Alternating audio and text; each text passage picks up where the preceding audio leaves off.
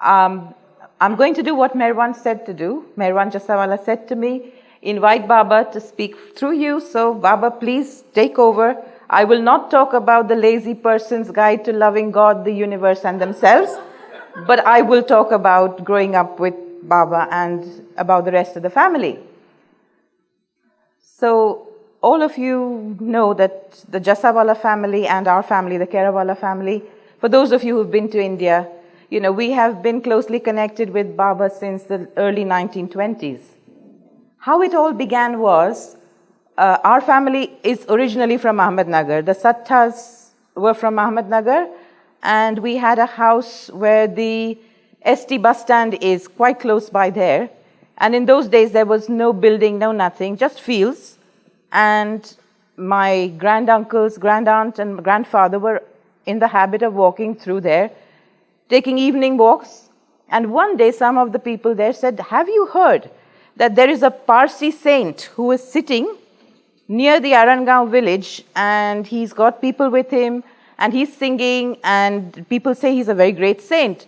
So they decided, well, you know, how many Parsi saints are there? We should go and look at this one. So they walked across. 3 of them did that time. My grandfather, Homi Mama, walked, and Nasharwan Mama, and my grandaunt Gulamasi. The 3 of them went for an evening walk and came to where Baba was sitting under the neem tree with his early disciples and singing. So they waited until he finished singing. Baba called them to him, and you know how Parsis, Baba was talking at that time. This was 1923. So he said to them, where are you from? And they said, Baba, we are from Nagar. And he said, right, and you know, how many brothers and sisters in your family? And they said, Baba, we are 6 brothers and 5 sisters. And he said, no, as of today, you are 7 brothers and 5 sisters. I am your 7th brother. So, of course, having assumed brotherhood with the Sattas, he decided that he had to make their home his. So from that time on, he would come walking, later on in the car. He would bring all his disciples and come to Akbar Press, which was the family home, any time of the day or night. It got to the point where he became so at home, he would go to the larder, open it up, eat whatever was left over. And if there wasn't enough, then people would be woken up to make more food for the rest of the people who had come with him. So my grandaunt Shirin Masi, who was the one who was looking after the household, got into the habit of keeping food ready for Baba in case he came. If he didn't come, the family would eat it the next day. But if he showed up, and he could show up any time, the food was there. And my Uncle Meherwan was reminding me to tell you that the first time that Baba came to the house, my great-grandfather was sitting on the back porch praying from the Zoroastrian prayer book. And he looked up as Baba walked in. He dropped his prayer book and he said to the family, come here, come quickly. Lord Zoroaster has come home. And, you know, so he recognized Baba. He was a devout Zoroastrian. He prayed all the time. You know, Zoroastrian men and women of a certain age, all they do is sit down and pray. And I think they pray for the rest of us. so that's that.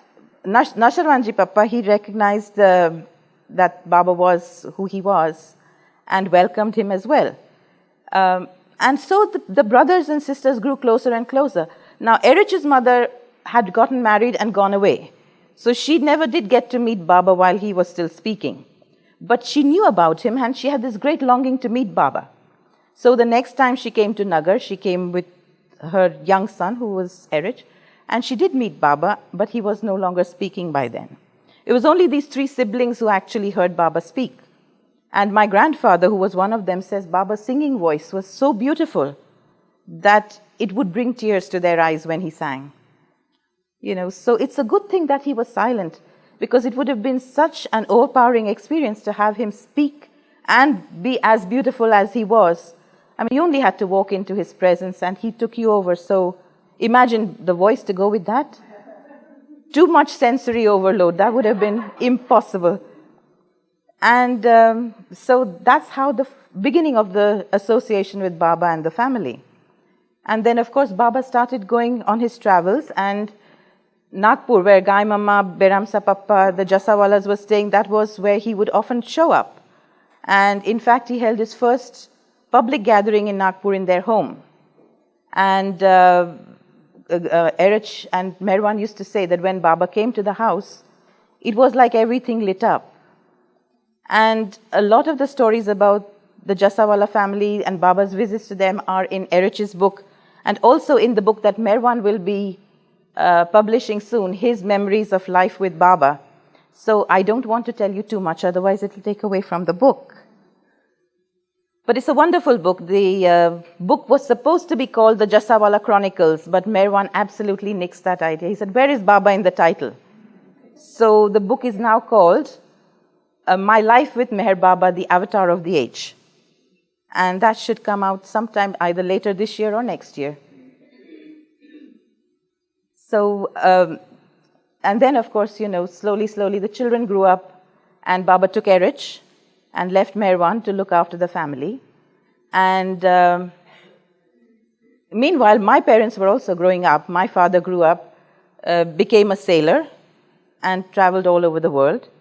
And then one day in 1957, Baba called him on one of his shore leaves and said to him, Sam, have you thought about getting married? And my father actually was seeing a Greek Cypriot woman at the time.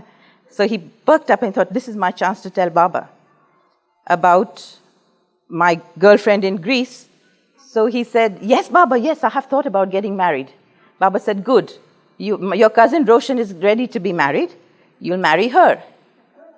So, Greek Cypriot woman never happened.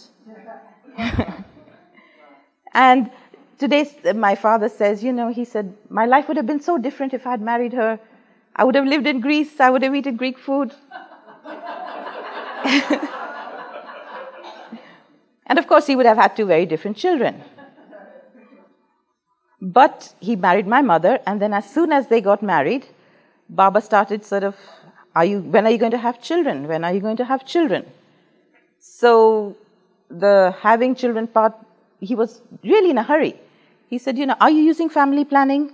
My parents said, no, Baba. He said, good, no family planning. He was very practical. Baba was very practical. In fact, around the time they got married, there was another couple, the Thades also got married. And Baba had given his Pune lovers an order saying, all married couples should abstain from physical relations for a month. But he sent a special message to these two couples and said, this order does not apply to the two of you. I mean, the sheer practicality of the avatar. He knows newly married couples, celibacy for the first month of their marriage, not a good idea. Don't want them breaking my orders. You're exempt. So, well, he was not quite satisfied with the progress they were making in starting a family. And so when he was going to the West in 58, my mother went to Bombay to see him off with everybody else. And he called her, embraced her, and he said, now, by the time I get back from the West, I expect you to be carrying. And she said, Baba, we will do our best, but actually, whether I carry or not is in your hands.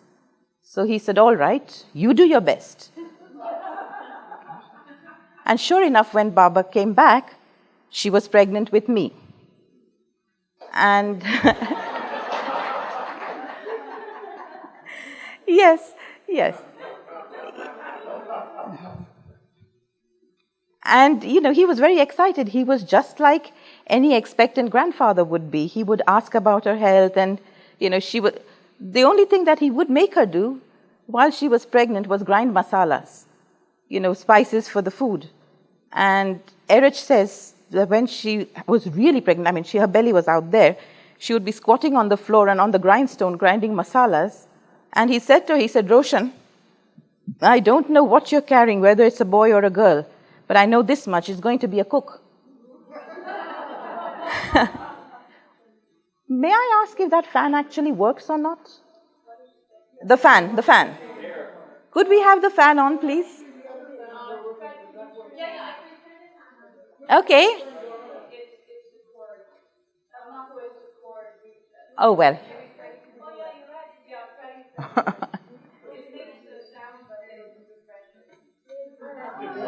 Thank you. Perfect. You want Yes. fast? That's perfect. Thank you. Sorry? Exactly. I mean, I couldn't reach that. So yes, where was I? About the time that she was grinding the masalas, and that I would be a cook. And so it happened many, many years later, but we'll come to that in a bit. So when I was born, when my mother went into labor, Baba had told the Baba families nearby, his own family and other families, when she goes into labor, you start taking my name until the baby is born.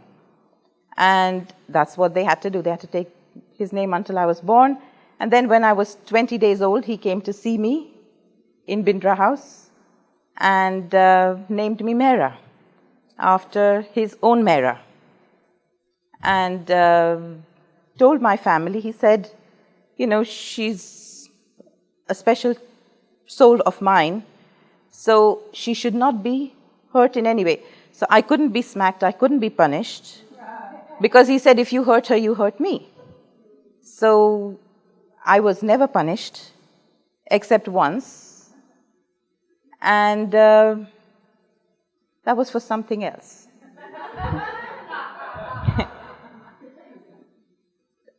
And of course, as soon as I was born, he started on the next one. When are you having your second child? But my father, being a sailor, he used to be away for a couple of years at a time. So obviously, while he was away, it was not possible for another child to be born. So the next time he came on shore leave, Baba started again. You have to have a second child. And sure enough, that shore leave, Dolly was conceived, and Dolly was born in 1962. I was born in 59, she was born in 62. And Baba named her Daulat after Mehera's mother. But she was always called Dolly. She was never called Daulat. And the family grew, closer to Baba. Dolly, my sister, was about a few months old when Baba said, get her vaccinated for smallpox. Now, this is how Baba works. He is so very particular. He said, get her vaccinated for smallpox. And my grandmother, who always knew everything about everybody and always thought she knew better, said, Baba, she's too young, she's got an infection. He said, okay. A month later, he said, get her vaccinated for smallpox. And something or the other happened. And it did not happen. But when we went to see Baba with the baby, there were two brothers there who had just been recovering from smallpox, and they had come to see Baba with the scabs still on, which is probably the most infectious part of the smallpox cycle, and she got smallpox. Now, she got such bad smallpox that the doctor said, we have never seen a case like hers. There was not a single bit of her skin that didn't have pock pustules on it. Her eyes were closed, and they said she will not survive. Now, Mehera, who was very fond of Dolly, said to Baba, Baba, you have to save this child. They're saying if she lives, she will be blind. Do something. And he said, nothing is going to happen to her. He told Kekobad in Meherabad, take my name and pray for this child constantly. So Kekobad was praying for Dolly. The doctors were saying she will not survive. If she survives, she'll be blind. She'll be brain damaged. And he said nothing will happen. And every day, Mehera would pray in front of Baba for Dolly's life. And after 40 days, she actually came out of the smallpox. And even though she had the skin pits and everything, otherwise she was fine. Her eyes were fine, everything was fine. And in fact, she got reading glasses much later than I did, in her early 50s. So Dolly is Baba's miracle, Of the two of us, she is Baba's miracle. She's also Baba's miracle in the sense that she is a very generous soul. When I was born with my fists closed like this. Really. And Baba would come and he would sit with me on the table in front of him and unfold the fist, both of them, one by one, and I would immediately curl them up again. And he would do this repeatedly, and then finally he looks at my mother and he said, Roshan, I have done my best, but even God won't make her generous. Yes. And throughout my early childhood, he would look for examples of this lack of generosity. And one of his favorite examples he would point out to the family often was we used to go with Baba to the zoo, to Peshwa Park. And the elephant would come walking around, as it did Lakshmi, and she would salute Baba and he would give her something to eat. So this one time when I was with him and my mom was holding me in her arms, I must have been a year and a bit, the elephant comes up and I happen to be eating from a packet of glucose biscuits. So Baba turns to my mother and says, tell her to give the elephant a biscuit. So my mother looks at me and she says, Mehera, Baba wants you to give the elephant a biscuit. And apparently, I broke off a little corner of the biscuit and held it out to the elephant. And Baba said, see, what did I tell you? Like that. Yeah. It's true. And, people say, but, are you still like that? And I say, I could be. I could be. But the only thing is, if the avatar opens your fists so many times, it has to have some effect somewhere. And the only thing that he did was, he didn't leave me a lot to hold on to. There's not a lot I want to keep. And if I don't want to keep it, I give it away. If I ever wanted it, I would not. I would not, But if I don't want it, I give it away. But it was so loving of him to do that. But Dolly, on the other hand, as I said, she's Baba's miracle. When she was born as a baby, she slept like this, always. And Baba would say, this child, big heart, she'll always be giving. And that's true of her even now, she's always giving. It's very difficult for her to keep anything for herself because she's always giving. Whereas I sort of think, no, I'm going to hang on to that for right now. And so Baba would come and people say, oh, do you remember playing on his lap? And I do. In fact, my mom once asked me, she said, Mehera, what is your earliest memory of being with Baba? And I said to her, yeah, I remember. Baba was sitting on a green wicker chair. There was a mat spread at his feet. I was lying on the mat. And our dog Moti was sitting on this side. So she said, you remember that? I said, yeah. She said, well, you were 3 months old when that happened. But, Baba's presence was so strong that visual memories stay with you. So I can still remember lying on the table in front of Baba on a towel. Now, what I don't remember is what other people say, is that I peed on his sadra many times. That I don't remember. They could be making that up. But I remember looking up at his face as a baby. And Guy Mama used to say, Jimmy Mystery would come with Baba, and Baba would say to him, every time I did that, peed on his sadra, he'd say, do something, you've had 3 sons. You know how to look after a baby, what do we do next? So, but Jimmy didn't know anything because Rhoda, of course, looked after the kids. He didn't know what to do. So then my mother would be called from the kitchen or wherever she was, because he would come in the afternoons. And he would come about 1 o'clock with 2 or 3 of the mandli, and he would sit over there, and he would play with me while the family did other things. And he would have a glass of sharbat about, here. It was usually limbu pani, lemonade. And he would dip his finger into the lemonade and put it in my mouth so I could suck it off his finger. And, people say, oh, once you're with Baba, you don't need to do this, you don't need to do that. Baba would often ask for kajal, kohl, so that he could put a spot on the side of my head. And he would, when they said, Baba, why are you doing that? He said, even I could give her the evil eye. So Meru Mehta, who is Merwan Mehta's mother, she said to Baba, she said, he's asked for a bowl of water to wash his finger. And so she said, Baba, why do you want to bother with water? Here, rub it on my hair like that, it'll come off. And he said, do you think my finger is so cheap? He said, it takes a lot of good fortune for me to do that on your head, to rub my finger on your head. And, but I had the good fortune for him to put it over there. I don't know what he pushed in when he did that, but he must have done something.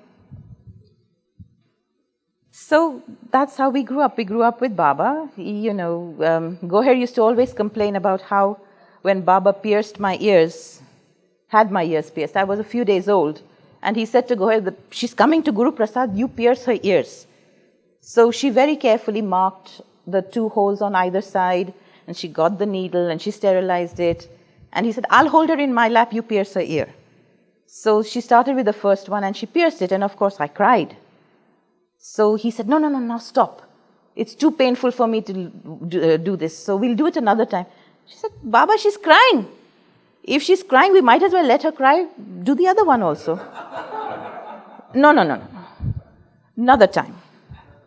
So, no matter how she tried to explain it to Baba, he said, no, we'll do it another day. So a few days later, the whole thing was repeated, but of course this time she didn't get the positioning quite right. So one of my ear holes is slightly higher than the other one. And Goher always said, it's not my fault, it's his fault. I would have done it right the first time, but he didn't let me do it. So we always, whenever Baba was around, he would either come home or we would go to him. And we grew up with him being very much a part of the family, in the sense that everything that happened in the household was reported to Baba, either verbally or through correspondence, everything. He would know if we were not behaving right. All our school reports would go to him, and he was very particular. He would look at the marks and say, why have you got less marks in this subject this time? And I used to always fail my handwriting. My handwriting was not very good. And Baba would say, practice, write letters to me, practice, so that you don't fail the next time. And I used to often have comments on my report card saying, talks too much in class. So Baba would pull me up on that one. Don't talk too much in class. What is this? But he was very much like a father. He always looked at all aspects of your development. And he did spoil us. We could, when we were in Guru Prasad, we could do whatever we wanted. We could run around. We could make a noise. That didn't bother him. But if he called and we didn't go, and in fact, this was the one time Baba stopped communicating with me for 3 days. We were in Guru Prasad one summer, and he was with the ladies in their room, and Gai Mama, my mother, my grandmother, and Manu were all sitting in there with them. But I was running around from the men's side to the women's side, looking in the door, running out again. So he saw me doing that, and he said, come inside. And I don't know what got into my head that time, but I said, no, don't want to. So he said, tell her to come inside now. And I said, I don't want to. So finally, he said to my Aunt Manu, he said, bring her in. So I was caught by the hand and dragged into Baba's presence. And he said, stand here. I said, don't want to. So I went and buried my head in Manu's lap, and she's trying to push my head out and say, listen to what Baba is saying. Baba said, let her be. She doesn't want to, she doesn't want to. And then the next day when we came back and sat in Mandli Hall, he ignored me. It's like I didn't exist, didn't exist. And I wasn't going to say sorry. So I let it happen, and I was about 3.5, 4 years old, terrible brat. So first day goes by, second day goes by, now I'm getting upset, because I've never been ignored by Baba for so long. And I'm getting more and more miserable, but I can't say I'm sorry. The third day, finally, he looks at Gai Mama and he says, ask her if she's sorry. So Gai Mama says, Mehera. Baba says, are you sorry? And I said, yes, Baba. I am sorry. He said, okay, come here then. And so I went up to him and he just opened his arms. And, like between his legs, I was tight in his arms. He said, never do that again. Never disobey me again. And I try not to. Very, very hard. Because it wasn't the fact that he ignored me, but the fact that I had, even at that age, I realized that doing something to displease him just wasn't worth it. But children's egos are funny things. They won't say, I'm sorry. They won't say, Baba made a mistake. Nowadays, I'm much better. I say, Baba made a mistake. Excuse me. So, what more can I tell? There's a lot of things about the family that we can talk about. Let's talk about my sister. When she was a little kid, little toddler, Meherwan and I both were reminiscing about this. In Guru Prasad one day, one of the larger darshans, she crawls over to Baba, holds on to his sadra, pulls herself up and stands and looks up at him, and she said, "Baba, I love you. Do you love me?" And Baba was like, he beamed at her and he said, "See this child. She loves me. You don't love me, she loves me." Yeah.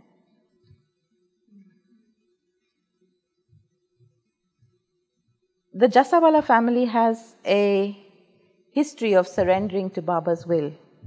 Eruch brought the whole family out of their very, very comfortable existence and brought them to Baba just by saying, "Baba, by your grace, everything is possible." And they came to Baba giving up everything. They had a very comfortable life, a wonderful house, lots of servants, nice car. And yet, at Baba's call, they gave everything up and they came to Baba. And they continued to follow him and be with him wherever he was. And their lives are examples of surrender and obedience that I don't think I could ever aspire to, because they did it so naturally and they continue to do it so naturally right up to the very end. Baba would tell them to do something, they would do it. When they came to stay with him, they were told to help with the cooking. Gai Mama used to do the cooking at Meherabad. And when a lot of people live together, especially women, everybody was vying for Baba's attention. So the other women would go and complain about little things to Baba. And one of the things they complained about was that she added sugar to everything she cooked. Now, Baba, even in those days, had a problem with his blood sugar. So he called her and he said to her, "So is this right? Do you put sugar in everything?" And she said, "Yes, Baba." And to satisfy those people who had complained to him, he started berating her. He said, "Are you trying to kill me? You're putting this sugar in my food. Are you trying to kill me?" And she was horrified. She realized, what was I doing? What was I thinking? But she was not putting a lot. It was just a little pinch of sugar. And by the time he had finished with her and Manu and Meru, they were crying, they were in tears. And so then everybody was quite satisfied that they had been shouted at. Very satisfied. Baba's taken them to task, See what they were doing, he's taken them to task. And they all walked away. After they walked away, Gai Mama was leaving and he said, "Come back here." So she came back and he said to her, "You continue to cook as you cook. Don't change anything. Just do what you're doing." But to please the other people, he would shout at them. And they learned that this is what he wants. He wants us to go through this humiliation for his sake without taking it to heart, because he would always make it up to them later.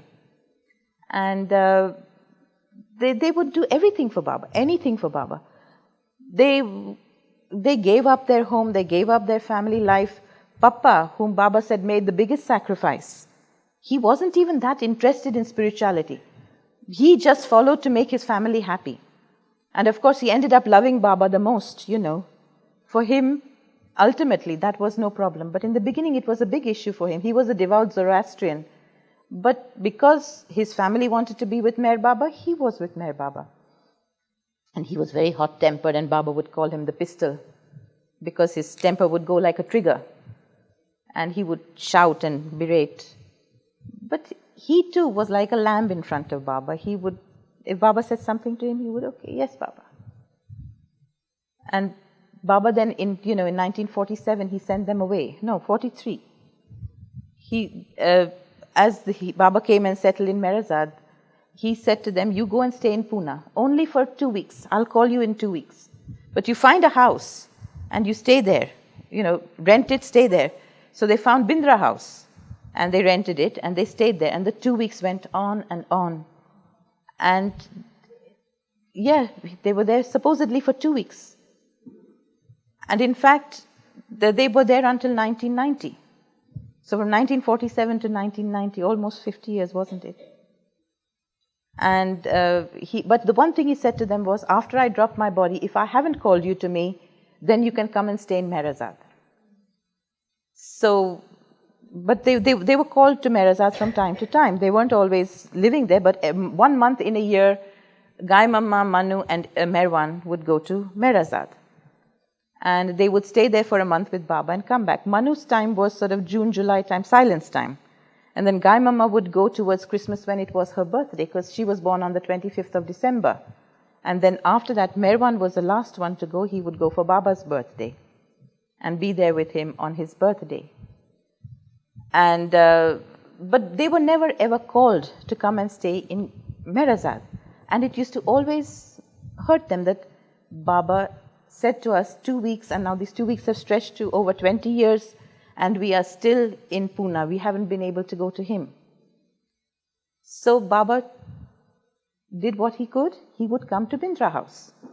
Whenever he was in Pune or passing through from Nagar to Mumbai or traveling during the must tours and everything else, he would come to Bindra House.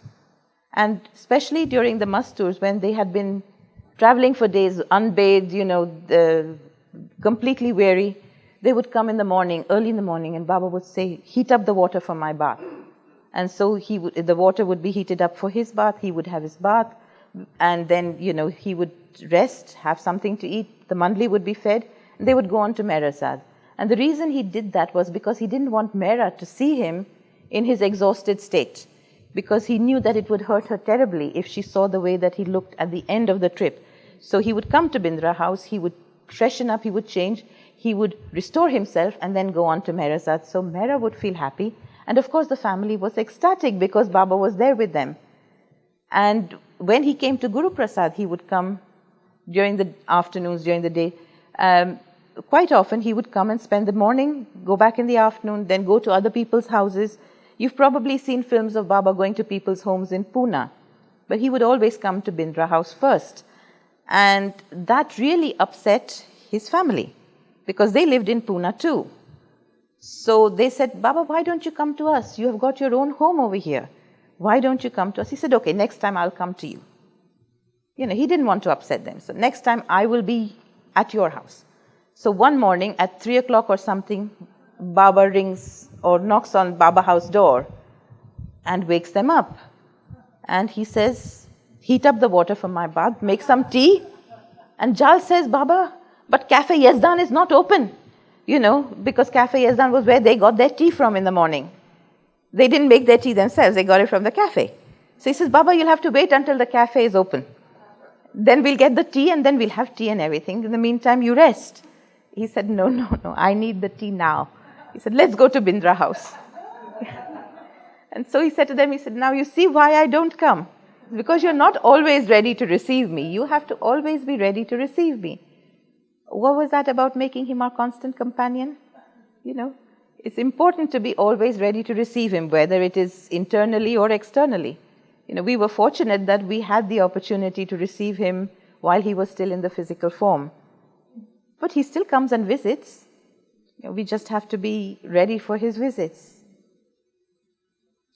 Yeah. Now, Baba liked to eat, good food. He always ate good food. And his food always went from Bindra House. So during the summer months, Naja, who was his cousin and also the cook for the mandli, would come to Bindra House and stay with us. And the food would be prepared by her, Gai Mama, Manu. All of them would cook for Baba and then send the tiffins to Guru Prasad. And in the early days, of course, all the food went from Bindra House, but later on it became too much for the family to do for everybody. So Jal Dorabji, who had a catering business in Pune and was Baba's very devoted follower, said, I will send the food for the mandli. So we only sent Baba's food for him. And Baba loved good food. He would like to eat food that was flavorful. He couldn't eat very spicy food. He couldn't eat very tough food because he had no teeth. But he liked the flavors. So everything had to be prepared correctly for Baba. And we are very fortunate in that some of those recipes have been passed down to us. And even I can cook 10 minutes. No problem. No problem. So, even I can cook some of those things now. And in fact, I think, Karen, we're going to be cooking at... yes, we're going to do a meal. One of Baba's meals. Yeah. So, 10 more minutes. So, I shall now... What would somebody like to suggest a topic? Yes, please. Well, not suggesting a topic, but I would like to contradict what you said about you being grabbing and selfish, because when my son was dying in hospital in Pune, you visited him every day, and you brought your little boy along too, and he has never forgotten that. But that's a pleasure to visit somebody who's in hospital and needs to be cheered up. That's good. Well, then not everybody would do that. You certainly did. No. Very, very generous of you. You remember what I said about I don't give away things that I want to keep. I'm very generous with my time. I have a lot of time to give to other people. Well, it meant a lot to him. And it meant a lot to us also to be able to be there for him. You know, And so... he's still a motorbike fanatic, is your son? Still crazy on motorbikes? No, my son doesn't do motorbikes. He rows now. You're lucky. He rows. Mine is off on a Yeah. 500-mile bike ride this weekend, so he couldn't come to see you. Oh, But he does his best. thank you. But to recap, we had a very large family. All of them were devoted to Baba. All of them. You know, my granduncle Nasirwan Mama Baba actually said, come and be my mandli. And he said, no, I have to get India independent first. Yes, he was involved in politics and, you know, was in jail with Gandhi and Nehru and all of them. Baba said to him, he said, Nasirwan, come be with me, be my mandli. And he said, no, Baba, first India's independence, then everything else. So, next life, he will be mandli, if he's lucky. And Baba said to Gai Mamma that she would be his mother in his next advent. So we have already told Gai Mamma, it doesn't matter who we are. We can be the sweeper in your house, we can even be the dog. But drag us with you the next time you come. We have to be there.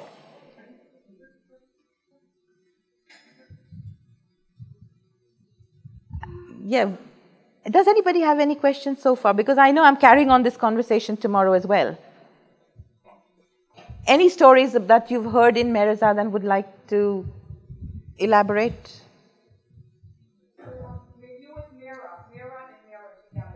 Oh, very important story. When I was a baby and I was called, and because, you know, children constantly getting into trouble, always this call would go out, Mehera, Mehera, and Mehera would come running.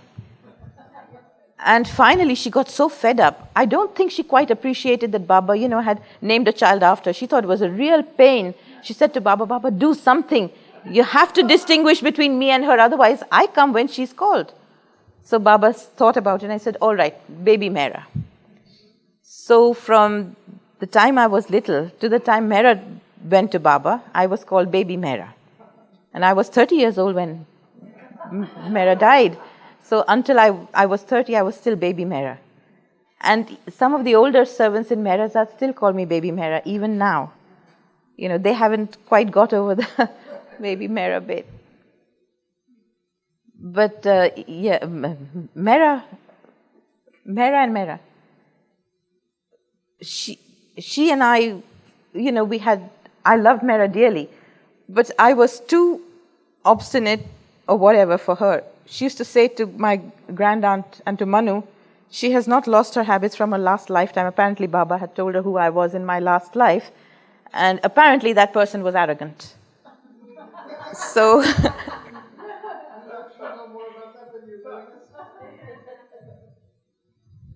but she and I would often sort of lock heads. And one time, something had happened and she was upset with me or whatever, but she'd come to Meherabad for one of her visits, and though I was there and trying to get her attention to say Jai Baba, she went through and ignored me all the way through. So finally, I was at the back of the crowd talking to Mansari and to Naja, who was going in the next car. And she sent Heather Nadel over to... And Dolly was with me, poor thing. She always got into trouble because of me. So she sent Heather to tell us. She says, go tell the two of them, Mehera says Jai Baba. So of course, Heather comes and says, Mehera, Dolly, Mehera says Jai Baba to you. And we ran to the car and we said, Jai Baba, Mehera. And she said, where was your attention? Where was your attention? And you couldn't justify and say, because Baba said, don't justify. You couldn't justify and say, but we were there, with our hands like this. Didn't matter. You had to say, we're very sorry. And, but there were wonderful times when, we would do something like cook for her or do a little dance or something, and she enjoyed that. Right after Baba dropped his body, I had a very long dream about how he took me with him, and we walked up Meherbad Hill, and there was a river flowing by, and people were doing pottery, and it was like this big settlement. And it was very vivid and very strong, and so they were in Pune at the time, and I talked to her about it. And she was, she was in tears, and she said, you're so fortunate that you had such a long dream of Baba. And she asked me to write it down and send it to her, which I did. I wrote down the whole dream and sent it to her, but I didn't keep a copy. We didn't in those days keep copies. 3 minutes? Okay. What else can we talk about in the 3 minutes? What was it that you did that was so naughty? What? What did you do that was so naughty? That Baba had to have me punished? Oh, there was this order that I couldn't be punished. I couldn't be smacked, I couldn't be shouted at. But one day, Adi Dubash had come from Karachi, and he was very close to the family, and every time he came, he would take me out to eat mango ice cream because they came in the mango season. But that day, he had something very important he wanted to do. However, I wasn't giving up on my mango ice cream, so I pestered him and pestered him and pestered him. And then he took me out, and we had mango ice cream and came back home. But Gai Mama had observed all of this, so when Eruch came in the night, she said to Eruch, do you know what she did today? She pestered poor Adi Dubash and made him take her to eat mango ice cream. So Eruch called me and said, did you do that? I said, yeah. He didn't say anything to me. Went off to Guru Prasad, came back the next day, and he said, do you know how much trouble you've caused? I've had to ask Baba if I could punish you, and he said, yes. So I had to go there and put my hand on Meherwan's table. He took out the ruler from Meherwan's desk, and he cracked me 6 across each of my knuckles 6 times, really hard, And he said, I've had to punish you. Never do that, never ask. And it shocked me so much that Baba had actually said I could be hit finally, But the fact that I displeased him was even more upsetting for me. And I never asked, never ever asked. Then I grew up and I became a psychologist, and I realized that it was not the asking that is so bad, but the refusal to take no for an answer. So now I ask, and if somebody says no, I say, oh, that's okay too. But that's what it was. That's what I did that was so wrong. But it's time now. We will be talking more tomorrow.